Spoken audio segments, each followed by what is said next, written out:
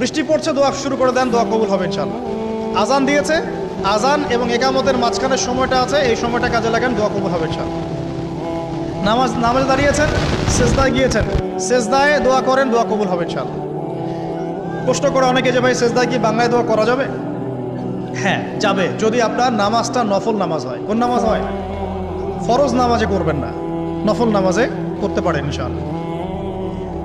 সেজদায় বান্দা আল্লাহর সবচেয়ে কাছাকাছি থাকে, এই সময়ে বেশি বেশি দোয়া করতে রাসূল সাল্লাল্লাহু আলাইহি ওয়াসাল্লাম তাগিদ দিয়েছেন। দোয়া করলে ডাইরেক্ট কবুল হবে ইনশাআল্লাহ।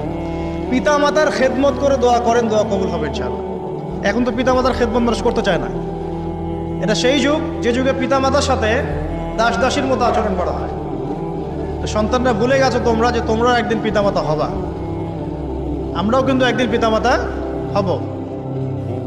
যারা বিয়ে শাদী করেছে, সন্তান সন্ততি হয়েছে, তারা